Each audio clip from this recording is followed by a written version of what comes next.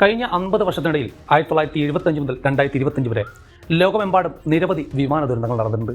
1978 ബോംബെയിൽ നിന്ന് ദുബായിലേക്ക് പോവുകയായിരുന്ന ബോയിങ് 747 ടേക്ക് ഓഫിന് ശേഷം മിനിറ്റുകൾക്കുള്ളിൽ അറേബ്യൻ കടലിൽ തകർന്നു വീണു. അതേ വർഷം 1978 മറ്റൊരു ദുരന്തം ലോകത്തെ ഞെട്ടിച്ചു. PSA ഫ്ലൈറ്റ് 182 സാന്റിയാഗോയിൽ ഒരു ചെറിയ വിമാനവുമായി കൂട്ടിയിടിച്ച് തകർന്നു.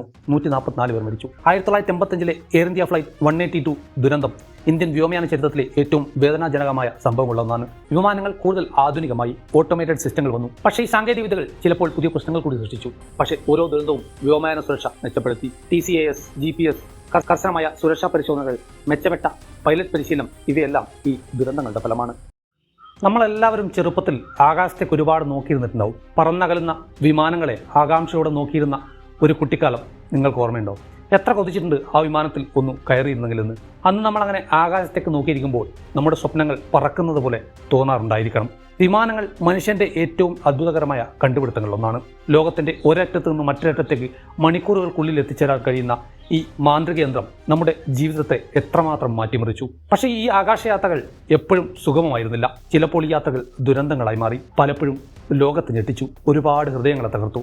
സ്വാഗതം എല്ലാവർക്കും മറ്റൊരു വീഡിയോയിലേക്ക്. സീറ്റ് ബെൽറ്റ് ഇടുന്നതിന് മുമ്പ് സബ്സ്ക്രൈബ് ചെയ്യാൻ മറക്കണ്ട.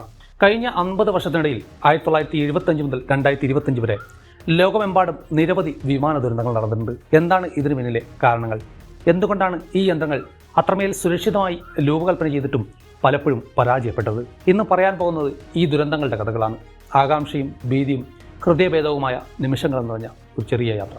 1970-കൾ വ്യോമയാന ലോകത്തിൻ്റെ സുവർണ്ണകാലമായിരുന്നു. വിമാനങ്ങൾ കൂടുതൽ ജനകീയമായി, ലോകം ചുരുങ്ങുകയായിരുന്നു. പക്ഷേ ഈ വളർച്ചയോടൊപ്പം വന്നത് ചില ഭീതിജനകമായ ദുരന്തങ്ങൾ കൂടിയാണ്. 1978 ബോംബെയിൽ നിന്ന് ദുബായിലേക്ക് പോവുകയായിരുന്ന ബോയിങ് 747 ടേക്ക് ഓഫിന് ശേഷം മിനിറ്റുകൾക്കുള്ളിൽ അറേബ്യൻ കടലിൽ തകർന്നു വീണു.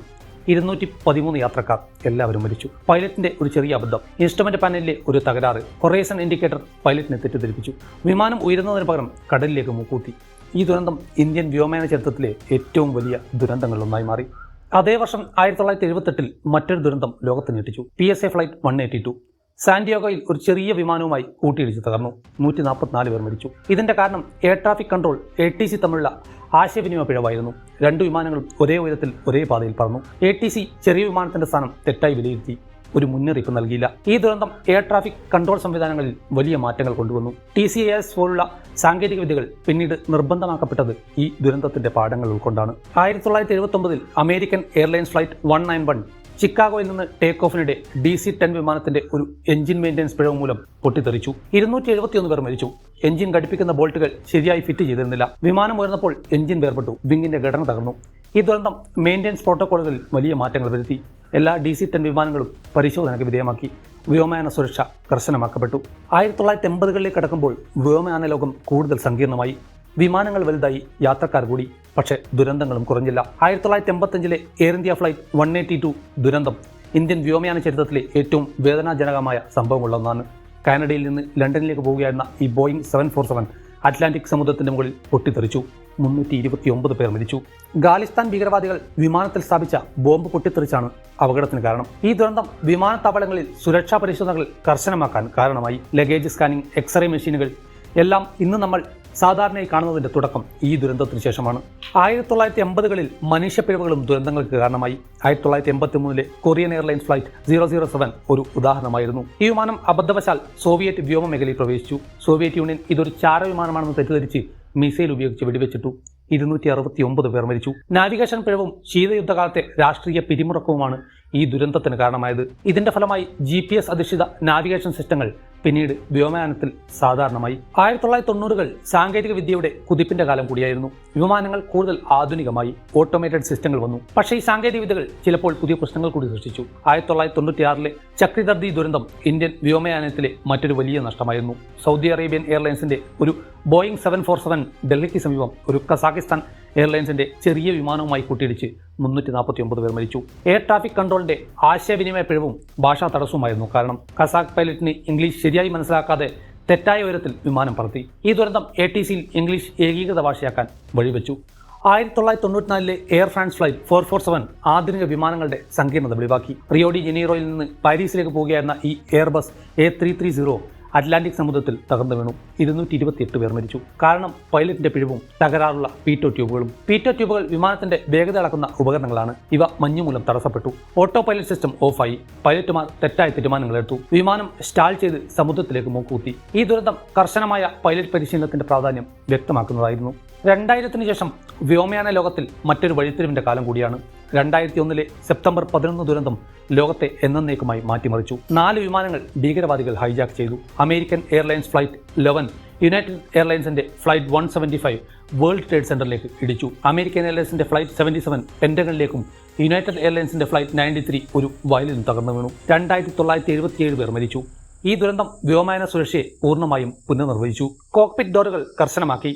ടെറർ വാച്ച് ലിസ്റ്റുകൾ നടപ്പിലാക്കി. TSA രൂപീകരിച്ചു. 2010 ഇന്ത്യൻ വ്യോമയാനത്തിന് മറ്റൊരു വേദനാജനകമായ ദശകമാണ്. 2010 മംഗലാപുരം വിമാന ദുരന്തം. എയർ ഇന്ത്യൻ എക്സ്പ്രസ് ഫ്ലൈറ്റ് 812 ദുബായിൽ നിന്ന് മംഗലാപുരത്തേക്ക് വരികയായിരുന്ന ഈ ബോയിങ് 737 ലാൻഡിങ്ങിനിടെ റൺവേയിൽ നിന്ന് തെന്നിമാറി മലനിരക്കുകളിലേക്ക് വീണു. 158 പേർ മരിച്ചു.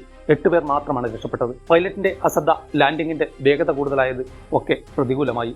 ഈ ദുരന്തം ഇന്ത്യയിലെ 3ാമത്തെ വലിയ വിമാന ദുരന്തമായി. 2014 മലേഷ്യൻ എയർലൈൻസിന്റെ 2 ദുരന്തങ്ങൾ ലോകത്തെ ഞെട്ടിച്ചു. കോലാലംപൂരിൽ നിന്ന് ബീജിംഗിലേക്ക് പോവുകയായിരുന്ന ബോയിങ് 777 239 യാത്രക്കാരുമായി കാണാതായി. ഇന്ത്യൻ മഹാസമുദ്രത്തിൽ തകർന്നു വീടുമെന്ന് കരുതപ്പെടുന്നു. പക്ഷേ ഇന്നും അവശിഷ്ടങ്ങൾ പൂർണ്ണമായി കണ്ടെത്തിയിട്ടില്ല. കാരണം ഇപ്പോഴും ഒരു നിഗൂഢമായി തുടരുന്നു. പൈലറ്റിന്റെ മനഃപൂർവ്വമായ ഇടപെടൽ, സാങ്കേതിക തകരാർ അല്ലെങ്കിൽ ഹൈജാക്കിംഗ് എന്നിവ സാധ്യതകളാണ്. എങ്കിലും കൃത്യമായ ഒരു ഉത്തരം കണ്ടെത്താനായില്ല. MH17 അതേ വർഷം ഉക്രൈന് മുകളിൽ വെടിവെച്ചിട്ടു. 298 പേർ മരിച്ചു. റഷ്യൻ പിന്തുണയുള്ള വിമതർ ഒരു മിസൈൽ ഉപയോഗിച്ചാണ് വിമാനം തകർത്തത്. ഈ ദുരന്തം യുദ്ധമേഖലകൾക്ക് മുകളിലൂടെ വിമാനങ്ങൾ പറത്തുന്നതിനെതിരെ നിയന്ത്രണങ്ങൾ കൊണ്ടുവന്നു. ഒടുവിൽ 2025 അഹമ്മദാബാദ് ദുരന്തം മറ്റൊരു ഞെട്ടിക്കുന്ന സംഭവം. ടേക്ക് ഓഫിനിടെ വിമാനം ഉയരുന്നതിന് മുമ്പ് തകർന്നു വീണു. കാരണങ്ങൾ ഇനിയും കൃത്യമായി പറയാറായിട്ടില്ല. 250-ലധികം മനുഷ്യരുടെ ജീവൻ നഷ്ടപ്പെട്ടു. ഇത് ഇനിയും ഉയരാനാണ് സാധ്യത. ഈ ദുരന്തങ്ങൾ ഓരോന്നും വ്യോമയാന ലോകത്തിന് പുതിയ പാഠങ്ങൾ നൽകി. മനുഷ്യപ്പിഴവുകൾ, സാങ്കേതിക തകരാറുകൾ, ഭീകരവാദം, കാലാവസ്ഥാ പ്രശ്നങ്ങൾ എല്ലാം ദുരന്തങ്ങൾക്ക് കാരണമായി. പക്ഷേ ഓരോ ദുരന്തവും വ്യോമയാന സുരക്ഷ മെച്ചപ്പെടുത്തി. TCAS, GPS, കർശനമായ സുരക്ഷാ പരിശോധനകൾ, മെച്ചപ്പെട്ട പൈലറ്റ് പരിശീലനം ഇവയെല്ലാം ഈ ദുരന്തങ്ങളുടെ ഫലമാണ്. ഇന്ന് വിമാനയാത്ര ഏറ്റവും സുരക്ഷിതമായ യാത്രാമാർഗമാണ്. പക്ഷേ ഈ സുരക്ഷ ഒരുപാട് ജീവനുകളുടെ വില കൊടുത്താണ് നേടിയത്. ഓരോ ദുരന്തവും ഒരു കഥയാണ്, ഒരു മുന്നറിയിപ്പാണ്. നമ്മുടെ അശ്രദ്ധ, നമ്മുടെ അമിത ആത്മവിശ്വാസം, നമ്മുടെ സാങ്കേതിക വിദ്യയോടുള്ള അമിതമായ ആശ്രയം ഇവയെല്ലാം എത്രമാത്രം അപകടകരമാകാമെന്ന് ഈ ദുരന്തങ്ങൾ നമ്മളെ ഓർമ്മിപ്പിക്കുന്നു. വ്യോമയാന സുരക്ഷയെക്കുറിച്ച് നിങ്ങളുടെ അഭിപ്രായം എന്താണ്? കമന്റ് ബോക്സിൽ പറയുക. നമുക്ക് ഒരുമിച്ച് ചർച്ച ചെയ്യാം. സീറ്റ് ബെൽറ്റ് വീഴുന്നതിന് മുമ്പ് ചാനൽ സബ്സ്ക്രൈബ് ചെയ്യാൻ മറക്കാതിരിക്കുക. മറ്റൊരു വീഡിയോയുമായി നമുക്ക് വീണ്ടും കാണാം.